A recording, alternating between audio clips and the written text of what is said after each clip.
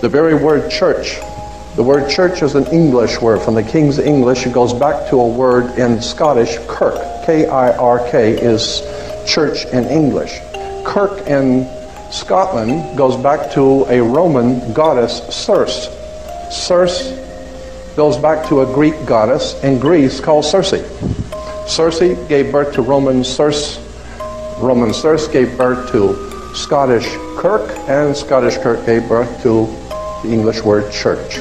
So consequently, when you go to church, just remember it goes back to Mother Circe in Greece.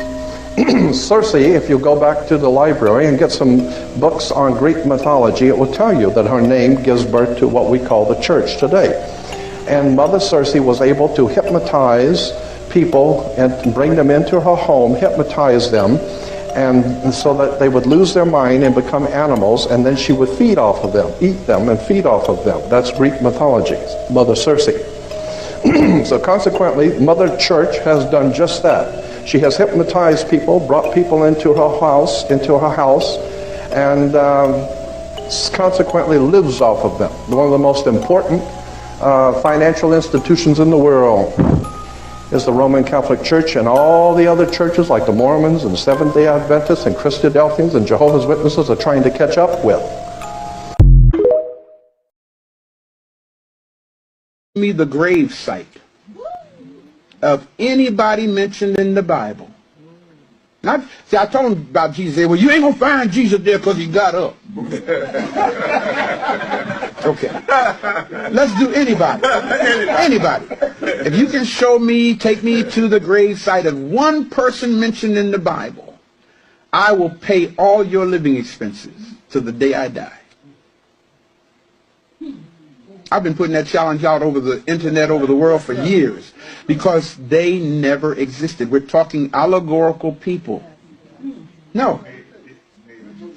No. Never existed. See, when everybody repeat after me, say it this way. When you don't have a past, you must create myth to supplement the facts of your existence.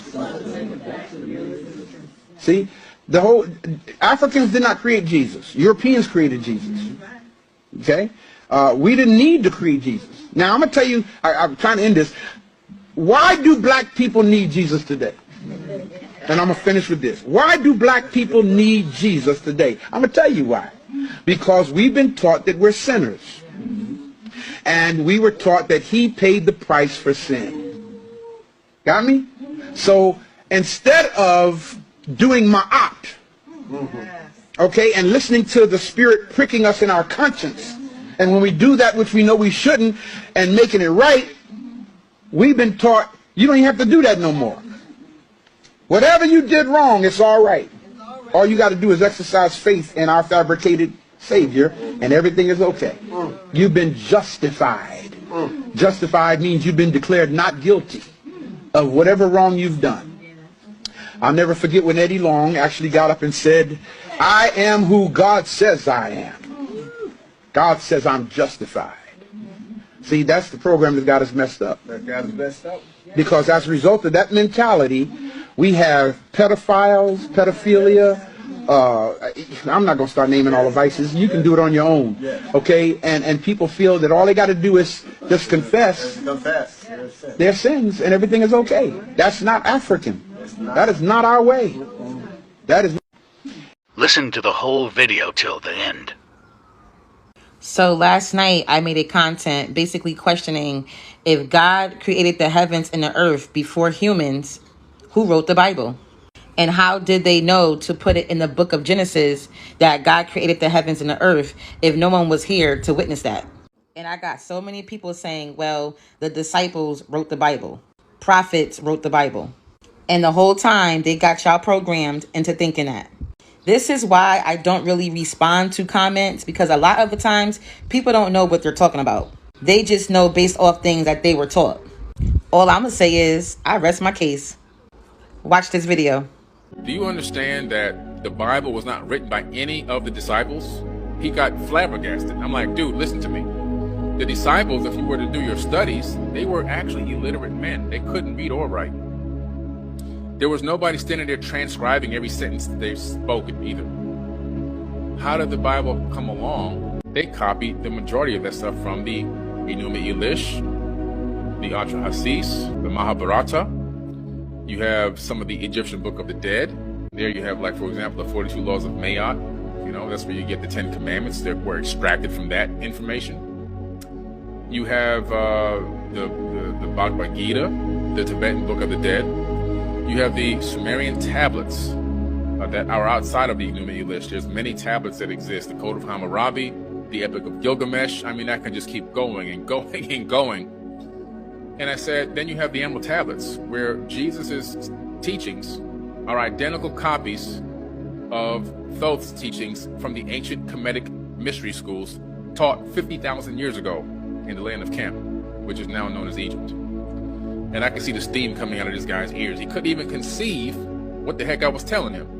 And I said, do you know that the Bible was written thousands of years after the people were long gone, dead, buried, bones disintegrated, and everything else on the ground? He said, no, what are you talking about? I said, listen to me, man. The Bible was written from 100 AD to 900 AD. And who wrote the Bible? Those were followers of Thoth.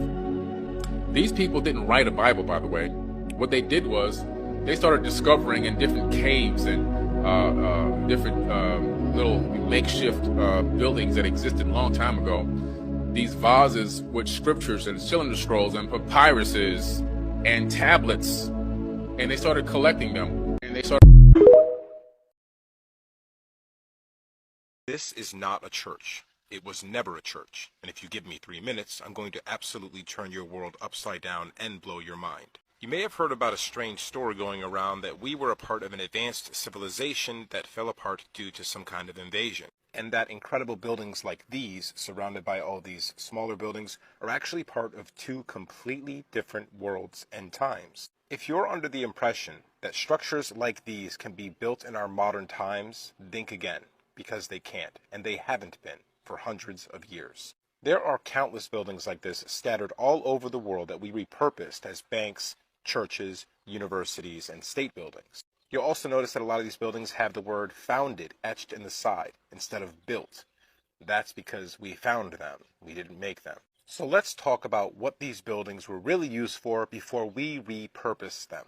It's becoming painfully obvious that our religions and our religious institutions do not serve us, and in fact, were built to control us. We're starting to realize that many of the stories we've been told about our religions have been twisted and corrupted to imprison our minds and our spirits. Well, it gets so much crazier and worse than that. Because these buildings were never churches. They were healing centers and amplification centers for our meditation and prayers to make our thoughts reality, word to flesh. The painted glass windows and all the geometric shapes were meant to amplify those frequencies outward and inward to heal us and create a protective force field around the building and around the empire. Going back to this picture, you see that circle right there? That's cymatics. Just go look up a video where they play sounds on sand and then the sand takes different shapes. It looks exactly the same as that. This architecture is a frozen masterpiece of music, which caused frequencies to emanate within and without to have all sorts of amazing and powerful effects. Yes, all the old stories of Atlantis and Tartaria are absolutely true, and you can see the evidence of it just by going to one of these churches. But it gets even crazier than that. Look at the domes here. Look at those little circular balls.